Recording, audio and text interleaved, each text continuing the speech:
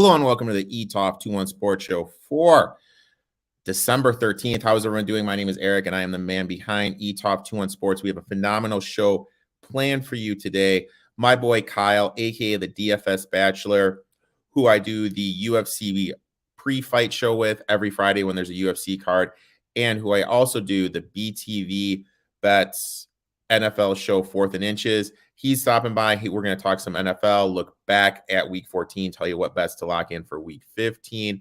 And as always, Gino's going to be stopping by. He's going to tell you his horse racing bet of the day over at Gulfstream Park. Before we jump in to see what Gino has us betting, I got to give props to PointsBet. The Etoft21sports Show is sponsored by PointsBet.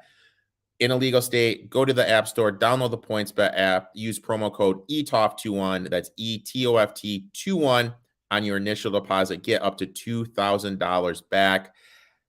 Wow, that's a great offer. I use that sportsbook. Absolutely love it. One of the best books in my eyes. Now, let's jump in. Let's see what Gino's got cooking for us tomorrow over at Gulfstream Park.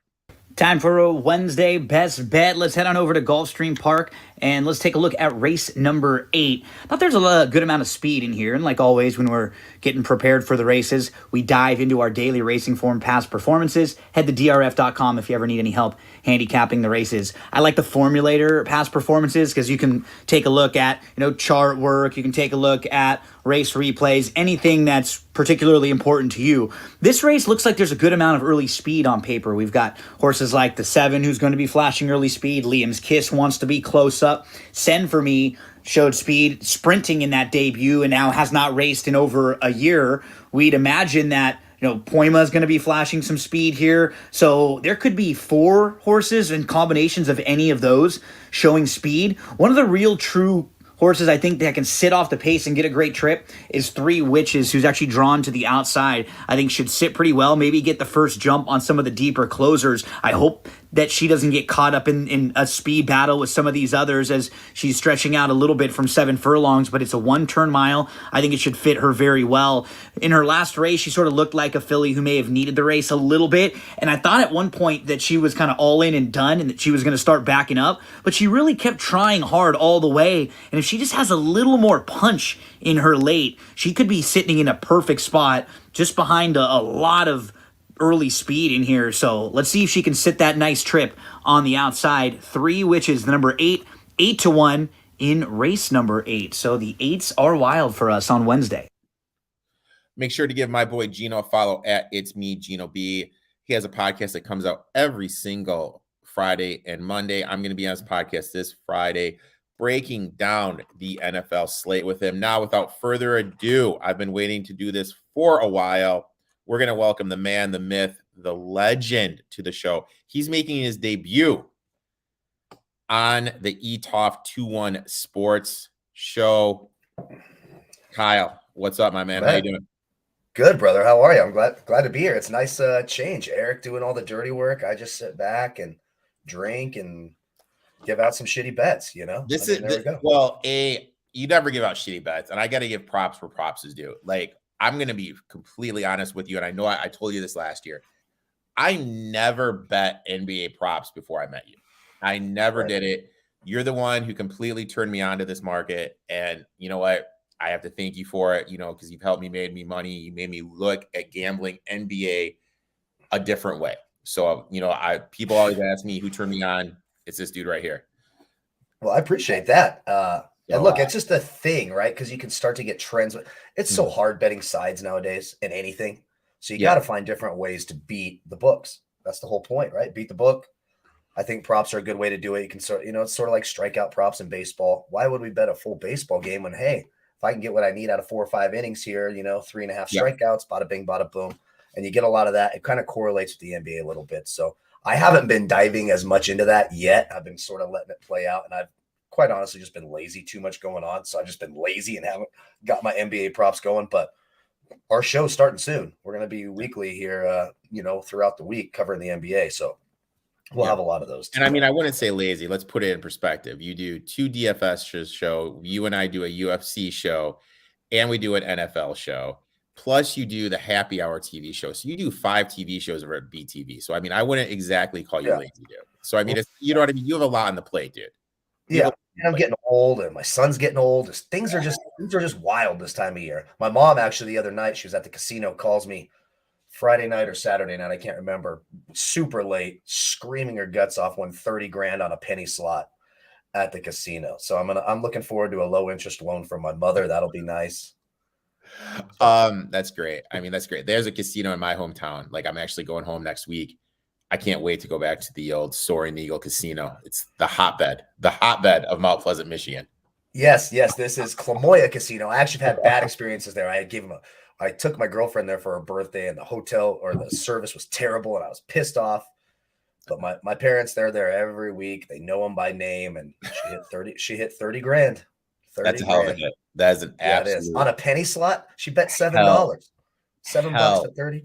Of a hit. But was she one of those ladies that has the player card in clipped to her shirt? You know? Yeah, she's got her player card. When they walk in, if you walk in with my parent, you walk into that casino with them. I've done it a few times. They know their name. They walk in like, oh, Kevin, Annette, do you guys want your coffees right now, or you want me to bring it to your usual? They know what machine they're going to go to. I mean, it's insane. That's insanity. That's phenomenal. That is absolutely phenomenal. They win all the time. I mean, they constantly win out there. Constantly. It's ridiculous. For those tuning in for the first time, this is how the show works. Kyle's going to give one takeaway. I'm going to give another takeaway. We'll have a little bit of a discussion. If you guys have any questions, feel free to ask. DFS, betting, whatever. Then we're going to shift our attention over to sports betting and look at week 15. Kyle, I'll let you, you're the guest. You lead off. Takeaway number one. Funny. I switched my first take from the Dolphins. And so Bobby Thomas, shout out to you, because the Fins do suck against good teams. So that's a good take. And that was going to be my first take. But then I forgot all about Thursday Night Football and how bad of a loss that was for the Vegas Raiders. Derek Carr, they've got to, you're just not going to win with Derek Carr. Plain and simple. Derek Carr is a bottom tier quarterback. If you watch a Raider game, you can count on it. 3rd and 5, the ball is flying out of bounds. He never puts the ball in play. He can't win a big game. The Raiders had a great chance to put themselves in the playoff picture in the AFC. It was kind of muddled there at the bottom, and they blew it against a guy who had been with the team for 2 days. 2 days. Baker Mayfield had, and I've talked about this before, the second since QBR became a stat in 2006, there were 521 eligible quarterbacks who earned a QBR for a season. And Baker Mayfield with Carolina this year, before he was released, had the 520th QBR. The only player with a worse QBR in a season was Jimmy Clausen, another Carolina Panther. Jimmy Clausen. He joins the Rams, doesn't even start, is with the team for 2 damn days, and you allow yourself to lose that game. Shame on the Raiders. Shame on Derek Carr. I think he had 3 fantasy points in that game. Yeah, that 3. Was and no Aaron Donald. I mean, no pass rush. Let me ask you this. No Cooper Kupp. No nothing. No nothing. No nothing. Let me ask you this. I'm still salty. I may have had way back in the day, that team that had, oh my God, Amari Cooper, Crabtree, a young Lat Murray, and they had Carr coming in. I think I had those guys like 50, 60 to 1 to win it all. And remember, he broke his knee. Right. The Matt McGloin year. You're talking about the year they started Matt McGloin in the postseason, right? Yeah, against the Texans. Do you think, I always thought, and maybe this is me trying to feel good about myself for having him 50 to 1, that if he didn't get hurt that year, they could have won the Super Bowl? I don't think so, because I don't think he can win a big game. I don't think Derek Carr can win a big game. Yeah. Now, it was their best shot. It's not. I mean, he was an MVP candidate. I don't know if he won the MVP that year, but I know he was certainly in the running. I think they were 12-4. Yeah, they were good. Got hurt. They were good, dude. They were legitimately good, man. I mean, I'm trying to remember who won the Super Bowl that year to see if they could have beaten the Patriots. Yeah, am I taking Derek Carr over Tom Brady in the playoffs? I don't think so. That team was so loaded. Now, Bio was on last week, and we talked about it, and one of the futures we gave out was the Jags at 10 to 1 to win the South, because they played the Titans twice. We thought they could beat the Titans. They played the Titans at the last game. C-Spear22 chimes in. Can the Jags come through the South? I still think they can. I think it comes down to that last week. Let me let's just take a quick look here because the Titans seem like a little bit of a mess. No, I think we both like them this week. Yeah. It's a good underdog this week. But, I mean, they're 2 games back with 4 to go. They play each other Let's the see, last who are game they? of the I know season. they are last game of the season. They're playing the Cowboys coming off just a horrific performance. I know they won that game, but they look terrible. I mean, it's got to start this week. If you're betting the Jags to come through and win the AFC South, you're taking them as underdogs this week, right? You're taking them plus 180 on the money line because they're not losing this week and winning the division most likely. Because I'm looking at it right now. The Jags have the Cowboys, Jets, Titans, and the Texans. That's who the Jags have left. And the Titans have the Cowboys, Chargers, Texans, and Jags. So, I mean, that's probably 1 win. 1 win, maybe 2. That's 2 and 2 tops, let's say. Yeah. I mean, Jags so would have to we're probably saying win it's 7. 3, right? Yeah. Ugh. They'd still be 8 and 9. I mean, I don't know. I don't like that matchup with the Jets. I don't love that. That Jets defense is good. That Jets defense can make Trevor Lawrence look bad. They can. And good defenses are still going to do that to him. So that makes me nervous. The problem is for me is I like the Titans quite a bit this week as an underdog. I love the Titans this week. Love them this week. And if they win and the Jags lose, that's it. That's basically it. Then you need a clean sweep, and most likely that's not going to happen. But the Titans are a bit of a mess. I thought it was weird that they fired John Robinson. There had to have been something. That AJ Brown game just. Well, Vrabel didn't want him fired, and I'm sure they probably got into it after the game. That's my guess. Yeah, he didn't want AJ Brown traded, and then AJ Brown lights him up, and then that was probably just it boiled over. Right, 3 months of just frustration boiled over, and then they just kind of let him go. And he's not wrong. That offense looks a lot different without AJ Brown. Oh, brutal! It's absolutely brutal. My first takeaway: Lions are the 4th best team in the NFC. Eagles 1, 49ers 2, Cowboys 3 since the bye. Okay, they're 9th DVOA defensively, 8th against the pass, 13th against the rush. Remember at the beginning of the year where they're so awful against the run? They're up to 13 against the run, 9 in overall team DVOA. What happened? Their 3 best players on defense. Joseph, the safety, he's starting to play better, not getting fooled by play action, better in coverage, able to come up, help stop the run. Rodrigo, always a ball hog, but he get lost in coverage and he get fooled by play action. Mistakes young guys do. Hutchinson, what they're doing with Hutchinson now is they're moving him around. They're actually dropping him back into coverage. He has 2 INTs now. So they're moving him around. The young rookies are becoming more comfortable. They're becoming more explosive. Offensively, you have one of the best offensive line. You have a field structure in Jamin Williamson, who's opening them stuff underneath for Shark and St. Brown. This team is dangerous if they get in, but the issue is this. With the Giants and Commanders tying, they're always going to be a half game back from them, even though they own the tiebreaker with them. I think they could get in. They need a little help. The Commanders have the 5th hardest schedule remaining with the Cowboys, 49ers, Giants, and Browns. The Giants have the 2nd hardest schedule remaining, Eagles, Vikings, Commanders, and Colts. Lions have the 4th easiest. They have the Jets, Bears, Panthers, and Packers. If I'm the NFC team, I'm legitimately worried about this Lions team getting into the playoffs because I know Goff is a pumpkin outside. But that's the problem. Defense, you just nailed it. But with the way the defense is playing and their offensive line, because you and I always talk about running the ball. If they could just run the ball and he not turn the ball over, I think this team could be dangerous in the playoffs. I'm not saying they could beat the 49ers or the Eagles, but I think they could give the Cowboys a scare. I know they could beat the Vikings. So I think they're a little one of that wild cardish team that could make a run. I don't disagree all the way. I don't love this week. I don't love the outdoor game in New York. And you're absolutely right. Jared Goff cannot play outdoors, and that's the problem. Yeah. And they need to win this week. I was close. I'm in the survivor pool over at BetUS. I do three dog Thursdays, and I stayed alive last week. Thank you to Baltimore and the late field goal by Greg Zuerlein to keep me alive. I actually had taken the Vikings as underdogs as well, and they let me down. And I was close to taking the Lions +1 until I said, God, like everything, if this game was in Detroit, I'd just be all over the Lions. But 33 degrees. It looks like the weather's okay. 33 degrees, sunny, clear. That's still about 40 degrees lower than I like it when Jared Goff plays. So that makes me very, very, very nervous. If they can win this week and get to 7-7, I do agree that, it'd be fun to have them. I just played it. I was talking to you about Tecmo Super Bowl 3. I just played the Lions. Barry Sanders got a couple touchdowns. I torched Scott Mitchell, though. I just destroyed him.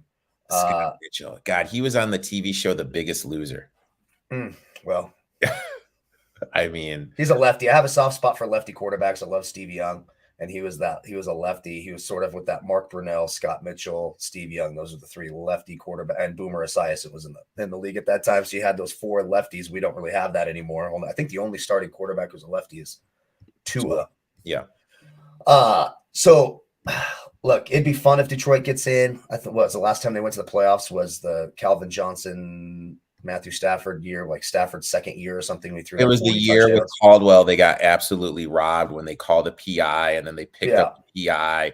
T.O. came on the field. T.O. should have been flagged for a 15-yard unsportsmanlike, but of course picked up the flag. You know what I mean? Like it was. And I think the previous time before that was 1991 when they lost to the eventual Super Bowl champion Washington R-words. Yep, they lost to Washington the day before. I remember this because I was a young kid. I hate dating myself, but Dre Bly, my favorite line growing up. Dre Bly, yeah, he had that big pick return for a touchdown. Those teams are cool. Rodney P. They had Robert Perriman. Before Brashad Perriman, there was Robert Perriman, right? And Herman Moore. Perriman. All right, so Herman Moore. I'm looking for it right now. The old kicker Jason Hansen was a pretty good kicker back in the day. Right? Jason Hansen was a stud. They had Herman Moore, Brett Perryman, Johnny Morton, Barry Sanders. I mean, they were loaded. I'm looking at it right now. I was pulling it up. 32, 34, and 1 ATS for Goff outdoors. See, I don't love that. That's not good. That's negative ROI. That's not what you're looking for. It makes me nervous this week. If they can pull it out, and look, the Jets are beatable. These are two teams. It kind of sucks that these two are going to kind of beat up on each other this week, and one of them's probably going to, relegate themselves out of the playoff hunt because they're kind of two. When you get in this industry, your favorite teams start to mean a little bit less. You sort of rooting for your picks, right, and what you predict is going right. There's a lot less stress there when you win. But the Lions and Jets are a couple of teams who are like, yeah, it'd be cool if they got in. Like, I wouldn't mind seeing Mike White and Robert Saleh in the playoffs. I love that. That'd be cool. The Lions, that would be badass. If they got in the playoffs, that would be ultimately badass. So I'm going to be sad for whichever team loses. I'll tell you that. It's basically a pick 'em right now. I mean, it is 110 on the money line. Pick 'em. Did you see the video with Dan Campbell about the Penei Sewell play? They had like a third down and they threw it to Sewell. He said he got caught up watching the wave in the stands, and Ben Johnson said, "This is what we're going to run," and said, "Okay." And then it kind of registered what they were doing. He was caught up in the wave and didn't even realize. Well, he's crazy. That's because he's right. He's doing like 10 pounds of blow before every game, right? Are we allowed to say that? He is so allegedly. As long as you say allegedly beforehand, we're good, dude. Allegedly. I said it afterwards, but allegedly, him and Chris Forrester, remember the old Dolphins offensive line coach, are just hanging out. They're just huddled up, just as long as you say allegedly before. Allegedly. Allegedly. Second takeaway, my friend. Yeah, and look, this is my Niners. I'm a long-time Niner fan, and I'm going to say it right now. The 49ers are absolutely better off with Brock Purdy at quarterback than Jimmy Garoppolo. They just are. And it's not the touchdown passes. It's not the score. And, I mean, these last two wins with essentially Purdy at quarterback for both were the most impressive wins of the season for the 49ers. That win against the Dolphins, I like the Dolphins coming in. I didn't think their secondary could hold up. That defense held up. They scored 33 points, win the game. This last week against Tampa Bay. Tampa Bay is a fantastic run defense. They were able to scheme. Brock Purdy gave them enough from the quarterback position where they were able to run the ball. We did lose Debo, but we got good news on that front. Looks like it's going to be about 3 or 4 weeks. That's way better than it initially looked like when the injury happened. But the plays that make you think, look, we're in a lot better hands with Brock Purdy are the plays where the pass rush gets there. There's nothing there. Instead of crumpling to the ground and falling like a scared little boy like Jimmy Garoppolo does every time he's pressured, he rolls out a little bit and throws the ball away. He keeps you ahead of the chains. So he may not be the highest pedigree guy, but I sort of joked about this on the show last week. Tell you a story about a 6th-round draft pick sitting on the bench behind a quarterback who just went to the Super Bowl. Drew Bledsoe goes down. Nobody knew who Tom Brady was. He's 6th round out of Michigan. I mean, the Michigan quarterback everyone wanted at that time was Drew Henson, who had went and played baseball and would later come on to quarterback the Cowboys, right? Everyone wanted Drew Henson. Brady was kind of an afterthought. Tom Brady comes in, never relinquishes the job, and 7 Super Bowls later, here we are. Brock Purdy goes out in his first home start and stomps Tom Brady, outplays him every which way you can. I think the Niners, everyone thought our season was over when Brock Purdy came in. I think our chances got better. I know maybe the pressure of the playoffs might get to a young kid like this, but when you're Mr. Irrelevant, you're a 7th-round pick, you've been underestimated your whole college and, brief pro career, you got nothing to lose. I love what's happening here. I do like that question. Is the Debo injury worrisome for the cover this week? This game, I'm terrified of this game. It certainly hurts because Seattle does struggle against the run. So now you're putting more of the onus on Christian McCaffrey. Of course, we know Eli Mitchell, who was an outstanding rookie last year and was complimenting McCaffrey. Great. He got hurt again. So now it's Jordan Mason. It's a lot more of the onus on McCaffrey. You want to sort of keep him healthy. So it certainly hurts in the run game. Of course, it hurts in the short passing game as well. And we're going to talk about this game when we talk about our bets. But Thursday night, I'm awfully nervous against the Seahawks team, who's going to be valued about as low as they have in several weeks after they've had a really bad stretch here and they haven't looked great. And that's a terrible loss to Carolina last week. But playing in Seattle, this rivalry, short week. Brock Purdy's a little bit banged up too, as we see. Pretty nervous. And if the 49ers win this game, they clinch the division and a playoff berth with a win against Seattle this week. So there's a lot on the line for Seattle at home. Banged up Niners. I'm a little bit nervous for sure. Who can I put in the cap spot Thursday night? Well, I mean, let's actually do a look at the wide receiver cornerback matchups. It's funny when you look at the Seahawks secondary, they have Michael Jackson and Kobe Bryant. I know it's not name wise who they got. it's just like, wait, what the hell's happening now? It's Kobe spelled with a C and a Y, which is very, very new, very, very strange. But nonetheless, it is an interesting secondary that's been playing pretty well. But the weakness of the 49ers defense is that secondary. There are openings there. Metcalf, always a great captain option. They're going to go downfield to him. But you always want to, I would make 2 lineups. I would have one. Or 3 lineups, really. If I had 3 lineups here, my 3 top captains, and it's pretty chalky, would be Tyler Lockett, especially on DraftKings where you get the full point per reception, Christian McCaffrey because of the struggling run defense of Seattle, and of course DK Metcalf. He's an alien, and they're going to throw it up to him. He's going to see red zone targets. When you look at the 49ers, the weakness here, Jimmy Ward has been targeted 22% of the time, giving up 0.4 of a fantasy point per route ran against. Charvarius Ward and I always get this guy's name wrong, which is weird. I try to get every name right. Demadra. That's the funny part because Kyle rips the living shit out of me during these UFC shows. I can't get this guy's name. I butcher these names like you guys will never believe. I am the name butcher. That should be my nickname. Yeah, absolutely is. It's Diamador Lenore.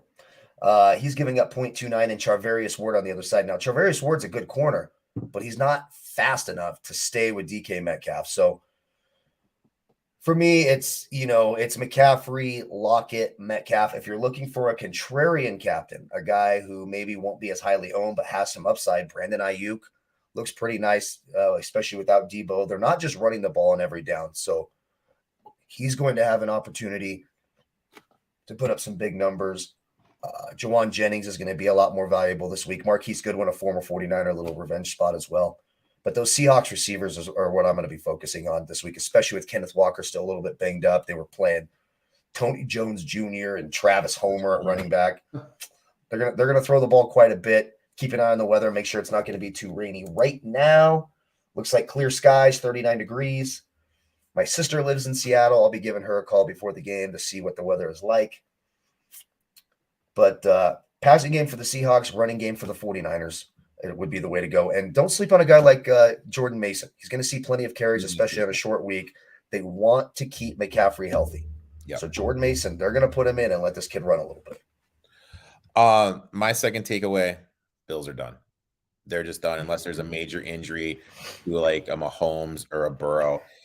They haven't looked the same since Allen got hurt in the Jets game. His passing yards per game is all the way down to 230 yards. It was 300 before that injury. Now it's down to 230. He's attempting the ball. He's attempting rushing the ball less, thus getting less yards per carry, thus getting less rushing yards in total. Their offensive line, they're not running the ball enough with Singletary or Cook. Defensively, defensive line has injuries, secondary has injuries. I'm telling you guys right now, I don't care if this game is played in Buffalo. I do not see this team being able to beat Cincinnati or being able to beat Kansas City. Or if you get a Tannehill game, I think the Titans could actually go in there and beat them if the D line is backed up and they can't stop Derrick Henry. I think another disappointing season in Buffalo, and I hate to say it because I was high on this team coming in. I don't know. Here's what I will say. It doesn't behoove the Bills to have home field in the playoffs. Mm-hmm. They're not built for the weather in Buffalo. That's not how this team thrives. This team is a speed team. They're a passing team. You're right. They do not run the ball enough. Yeah. Devin Singletary owners have been frustrated for years in fantasy football, right? They'll split it up. It was Zach Moss before. Now it's James Cook, Dalvin Cook's younger brother, James Cook, ironically enough. If they run the ball more, I don't think it's his arm that's causing the problem. I think it's the weather that's causing the problem. Now, I know against Detroit, they pulled it out. They didn't look great offensively in that game, but like you said, Detroit had started to play a little bit better. And that was kind of a weird week where they'd spent the week in Detroit anyways, and it was Thanksgiving. But really, this team is not good in cold weather. And look, they're getting Miami this week. I got to tell you, my survivor pool, I took the Dolphins at +7.5 because even though I don't think the Dolphins are a great cold weather team either, neither is Buffalo. And Miami should be able to keep this close. Now, Miami struggles against good football teams, so that's a problem. There's a lot of it's an interesting game that I'll probably stay away from in terms of my money, but I had to find a dog that I thought could hang. So for me, if Buffalo plays Cincinnati and the weather's fair, I think the Bills have a great shot. I'm not sold on that Bengals defense, and they did just get Tre'Davious White back for Buffalo. That's going to help in the secondary, especially if you face a guy like Jamar Chase. Yeah. But if Buffalo's at home and it's a cold weather game, I don't love it. It makes me nervous because if they're not able to use their full complement of weapons, you saw they signed Cole Beasley to their practice squad today. So that's an interesting. Have you heard his rap? No, I have not heard Cole Beasley's rap. That's a little brutal. That's obvious. It's Cole. I can't imagine it's good. He's not a lyrical genius. Let's just say that. That makes a lot of sense to me. Kyle, what's your third takeaway, my friend? Tampa Bay Buccaneers, I talked about it. This team has no shot to win a playoff game. And I know everyone, Tom Brady, and they're going to get a home game. They're going to get a home game against a team with 4 more wins or more than them. They're going to play an exponentially better team at home in that wild card round. And they have no shot. Tom Brady looks shot to me. I'm sorry, that is not the same guy. The divorce and age has weighed on Tom Brady. That defense, the secondary is very, very, very, very beatable. And they're not, and you just saw last week, there's holes in their run defense. That was the staple of that team. But offensively, they just have nothing. And I don't understand it. Mike Evans is very good. Chris Godwin's good. C. Spear is right. The offensive line is terrible, and you cannot have that when you have a 45-year-old statue at quarterback. I'm not even 100% sold on them winning the division. I think Carolina has a legitimate shot to catch them, which is crazy. As crazy as it sounds, I think they have a shot too. And what happens if Desmond Ridder comes out and plays better than Marcus Mariota for Atlanta? Both those teams are only a game back. The Saints are 4-9 and have a chance to win the division. They're 4-9. It's remarkable. I think the Saints blew it though when they lost that Monday night game. I thought they needed to win that Monday night game. What if that happened? What if we're looking at 3-5 or 4-5-8? So if that would have happened, the Saints would be 5-8 right now, as would Tampa Bay. So all 4 teams would be 5-8. Can you imagine? And what the hell is that? They should just be kicked out, just gone. You can't make if you're 2 games or more under 500. I think the last team that made it at 7-9 wasn't it that Marshawn Lynch Seahawks team? They made it at 7-9, and he had that run against the Saints. They had that run against the Saints where it shook the stadium or whatever. Yeah. But it's bad. It should disqualify you. But what's crazy, in the NFC, there's only one team eliminated from playoff contention. Just one. The Chicago Bears. Yeah, just one. Like the NFC's bad, man. Who The NFC honestly I think could beat Tampa Bay right now. I swear to God, I think they could. They probably could with Justin Fields. I mean, yeah. My third takeaway: the aforementioned Panthers. If they have anyone not named Sam Darnold, or, and I'm sorry, Beho, Will Levis. Oh, he doesn't like that. I'm going to tell him you said it too. His daughter will call you and threaten your life. I swear to God, she will. She told me, she called me and says she thinks about every day on her iPad when she wakes up buying a plane ticket, kicking down my door, and I quote, murdering me just for calling the Bengals the Bungles. That's it. That's all I did. And she's 8, right? She's 8. She's 8. Yeah. And she loves her some. There's a video that Beho sent me. They were at the Kentucky Louisville game. And anytime a Louisville fan would walk by, she stood up, put her thumbs down, and told him to suck it. 8 years old. 8 years old. She threatens my life on a daily basis. Rostered has dudes: Derek Brown, J.C. Horn, Brian Burns on defense, 3 legit dudes, 2 solid running backs at Foreman and Chuba Hubbard. Plus, they have DJ Moore and Terrence Marshall, the wide receivers. Trumbull as a tight end. Offensive line is improving. They just don't have that signal caller. I know Darnold's won 2 games, but I mean, the Denver Broncos and Seattle, I just think they need to uptick that quarterback position. Like if they were to get, I know they're not going to get Bryce Young, but maybe like a CJ Stroud, the kid from Ohio State. I think they could be interesting next year. I think this team is a team we need to kind of circle and kind of watch going into next year. Who's at the quarterback position for some futures? Interesting free agent class too. I know Tom Brady's a free agent. Geno Smith is a free agent. There's another one who's I'm trying to remember who the other free agent is. Baker Mayfield. Who I thought not Baker. Who I thought was pretty interesting. Lamar's a free agent still. Lamar, yeah, we'll see what happens there. This week it's a winnable game against Pittsburgh. I almost took Pittsburgh plus 2.5. I still might. But I don't know if I can do it if Maserati Mitch is at the helm. But the thing is like these division futures. Those who don't know, Kyle and I, we do stuff for BTV, NFL, and UFC. Our NFC South preview show. Both of us gave out the Falcons at 25-1. We said Falcons 25-1. This is the position we want. We're in a good spot right now. They're 1 game, and they play the Bucs the last game of the year.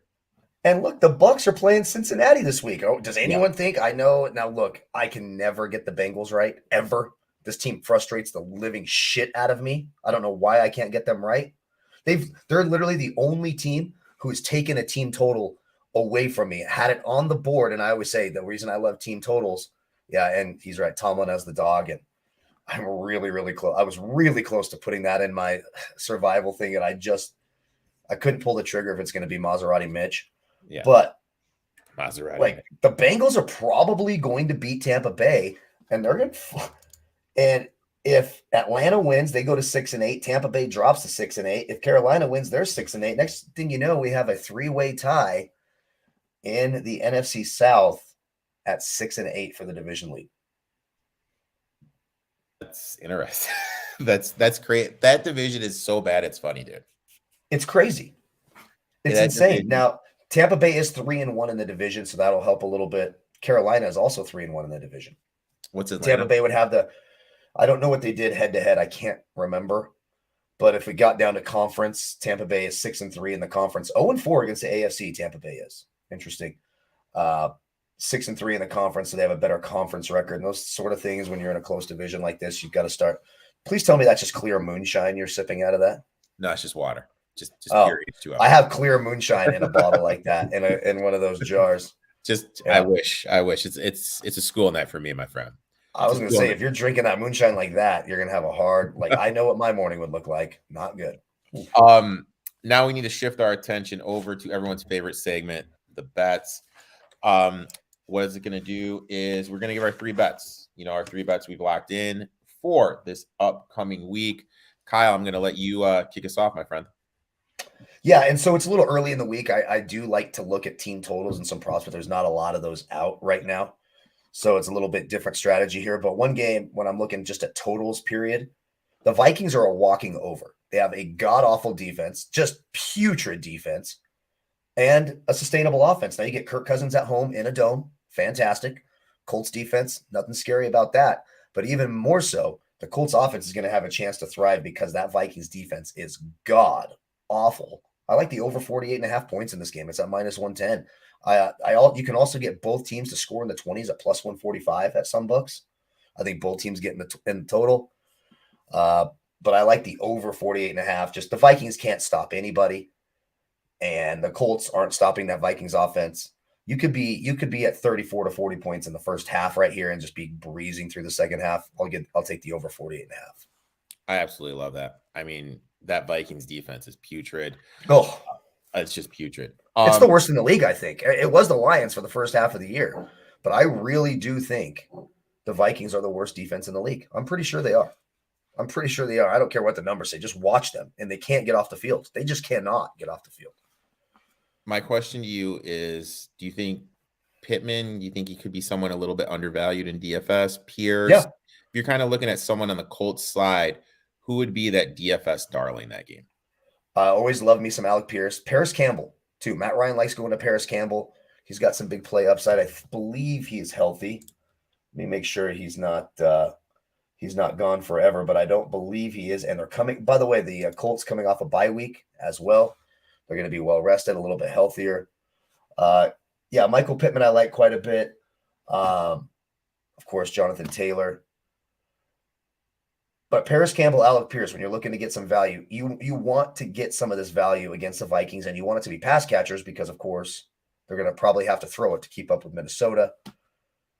Alec Pierce, Paris Campbell would be the two guys I'd keep an eye on. You can't touch the tight end spot. Mo Alley Cox doesn't do anything. Went to my boy Jack Doyle. That was my favorite player forever. Jack Doyle, he just retired. I think he just got hit in the head too many times, but I loved me some Jack Doyle. He was Andrew Luck. When Andrew Luck was there, Jack Doyle was a DFS monster. Dude, I love that game. I loved Jack Doyle. My first bet, and I am going to give me my boy Mike Vrabel, Titans plus 3. People that know me know there are certain coaches I like to bet that are when they're dogs. Insane 57% ATS as a road dog, 61% as a dog in general. As a small dog getting 3 points or less, 75% ATS. Flip side, Chargers are a team I like to fade as a favorite. Staley is only 42% ATS as a home favorite. We all know the Titans like to run the ball. Chargers are 25th DVOA against the run. Burks should be coming back. Burks coming back is going to open up that passing attack for Tannehill and not allow the Chargers secondary guys to cheat up a little bit. Plus, I think the Chargers are getting a little bit overvalued because we just saw them beat the Dolphins on Sunday Night Football. And we all know that Vrabel is one of the better coaches in the league, and second half is when the adjustments happen. Are you ready to get blown away? Staley is 8-21-1 ATS against the number in the second half only. That shows me he's not a good coach because he's not making adjustments. He's getting out coached in that second half. So yeah, I think Brandon Staley's been a disappointment. I think he's been a disappointment, right? Some of the weird decision making too, like, what are we doing here? If you remember that Cleveland game where he almost blew the game again, these going for it on 4th and 7 from your own 35-yard line, like cut that shit out. Just knock it off. Just stop it. And he's young. You remember, he was a really young D coordinator for the Rams, and when they were having it.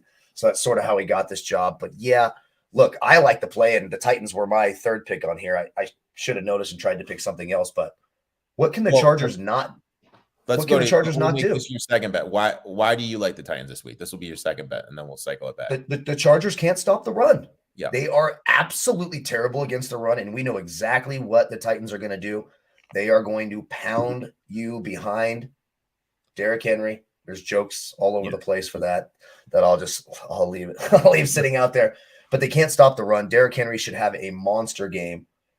And then when you start getting that running game going, it makes things really difficult. Tannehill's really good in the play action game. We'll see, too. The Chargers, remember last week, were without Derwin James. They were without several Sebastian Joseph Day.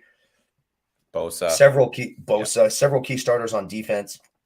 I think they have like 2 starters left from opening day on their defense, and it's pretty bad. And their offensive line is banged up, too. Their offensive line is bad. Offensive line is sneaky good. They got Simmons and those guys sneaky good. You can't take the Chargers as favorites when you can't take any team as a favorite that can't stop the run. If you can't stop the run, you can't be favored. It's just the bottom line.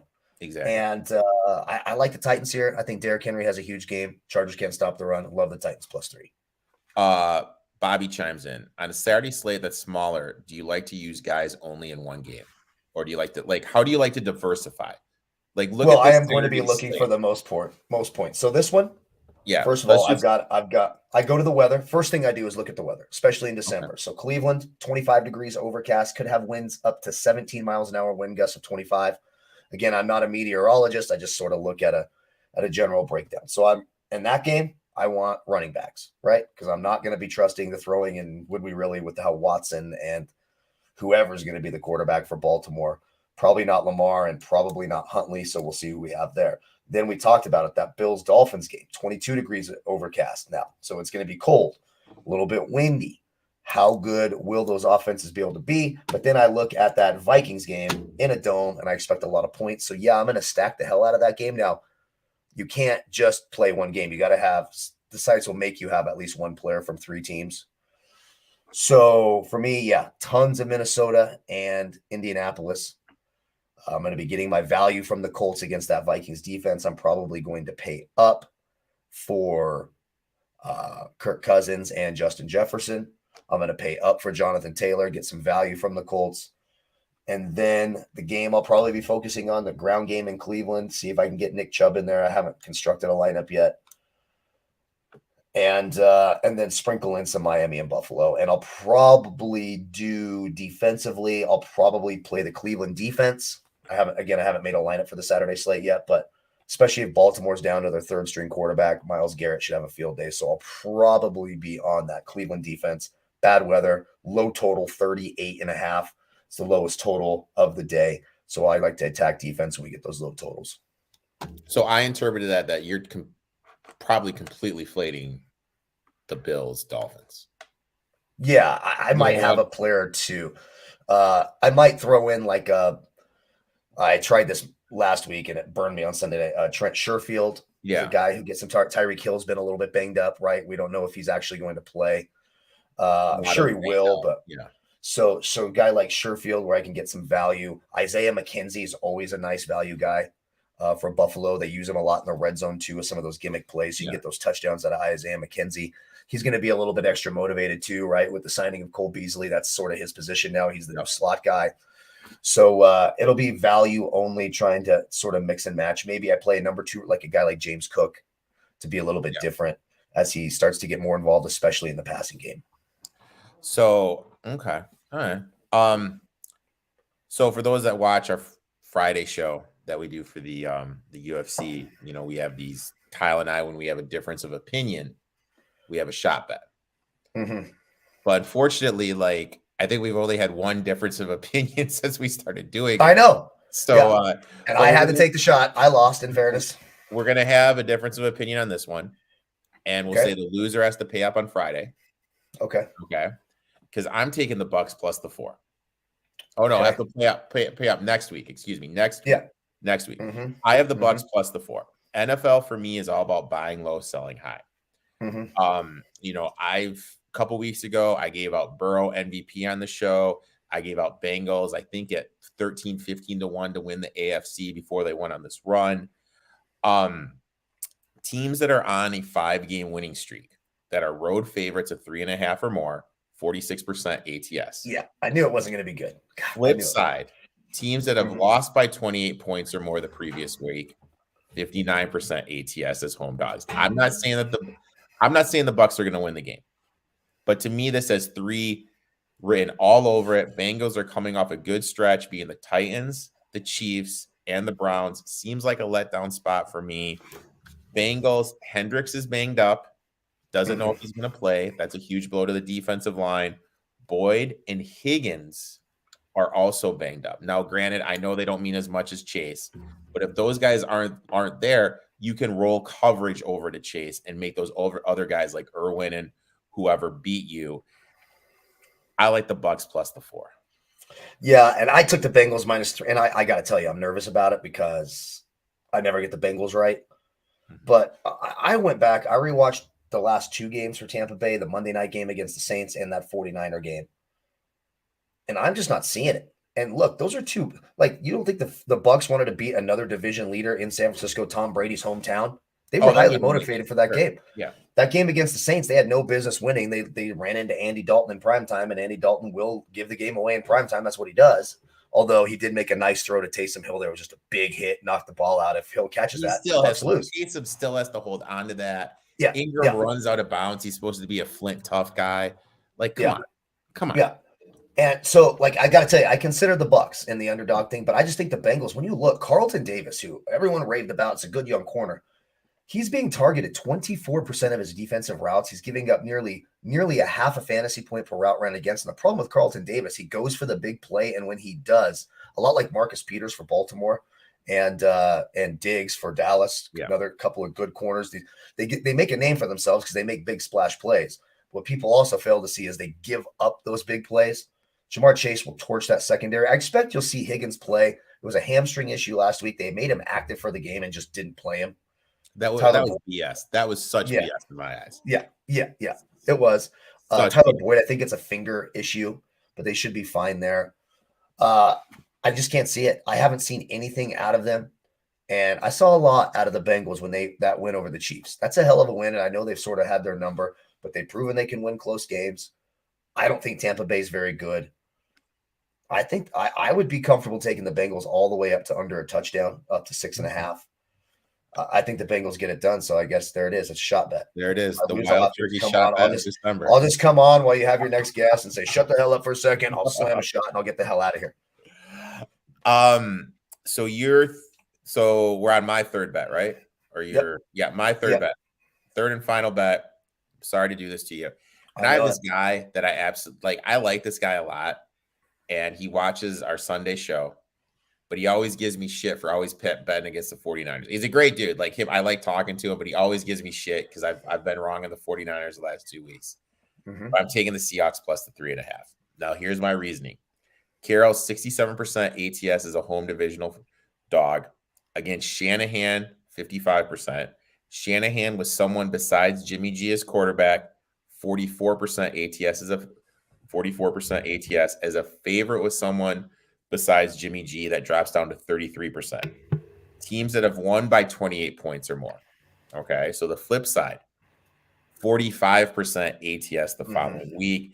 I know the 49ers defense is the elite, and I gave them out here before they won this run at 11-1 just to win the NFC, because I was seeing that the Eagles couldn't stop the run, and I saw that this running game was going to be something that gives the Eagles problems. So I'm sitting at a great 11-1 ticket on the 49ers to come out of the NFC.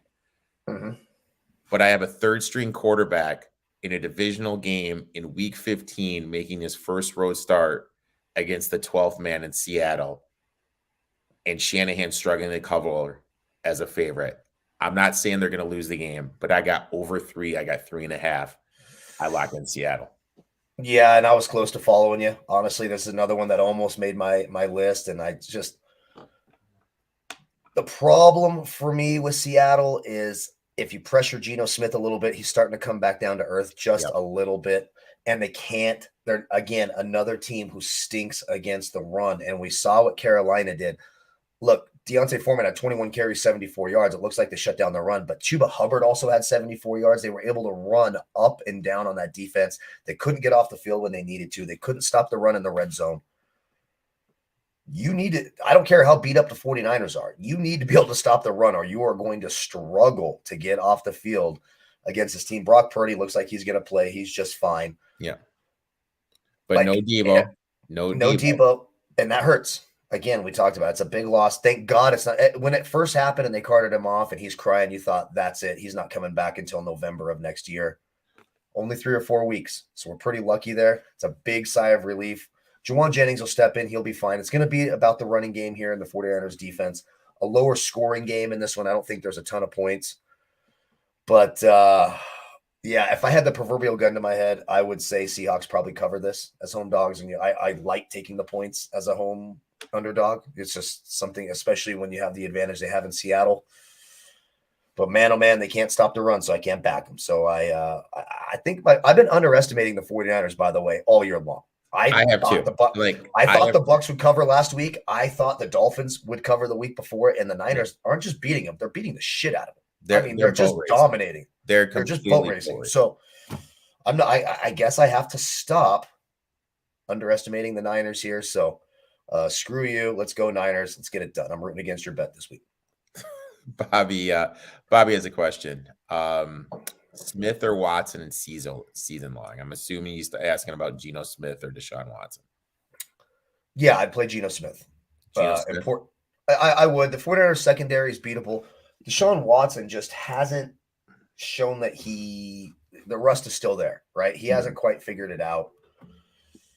Again, we talked about what the weather is going to be like in Cleveland. I'm looking at 25 degrees overcast with average winds of 16 miles an hour west-southwest. That's not great throwing conditions. Geno Smith, on the other hand, looks clear, low winds, at home. You're not running the ball in the 49ers. So Pete Carroll knows that. The Seahawks are going to throw the ball a ton. So just based on volume and opportunity alone, I like Geno Smith. Kyle, dude, this has been fun, man. Thanks for stopping by. Absolutely. Anytime. Why don't you tell everyone where they can find you on social media, my friend? Yeah, you can find me on Twitter at DFS Bachelor. I did start a TikTok. I got to be a little more busy on there. I don't know shit about Instagram. I do have one, but I never use it. So I'll have to pick your brain on that because I just don't get it. Just the pictures and just what's going on there. It just feels like that's what teenage girls are supposed to do to like find a date to the prom or something. I don't know.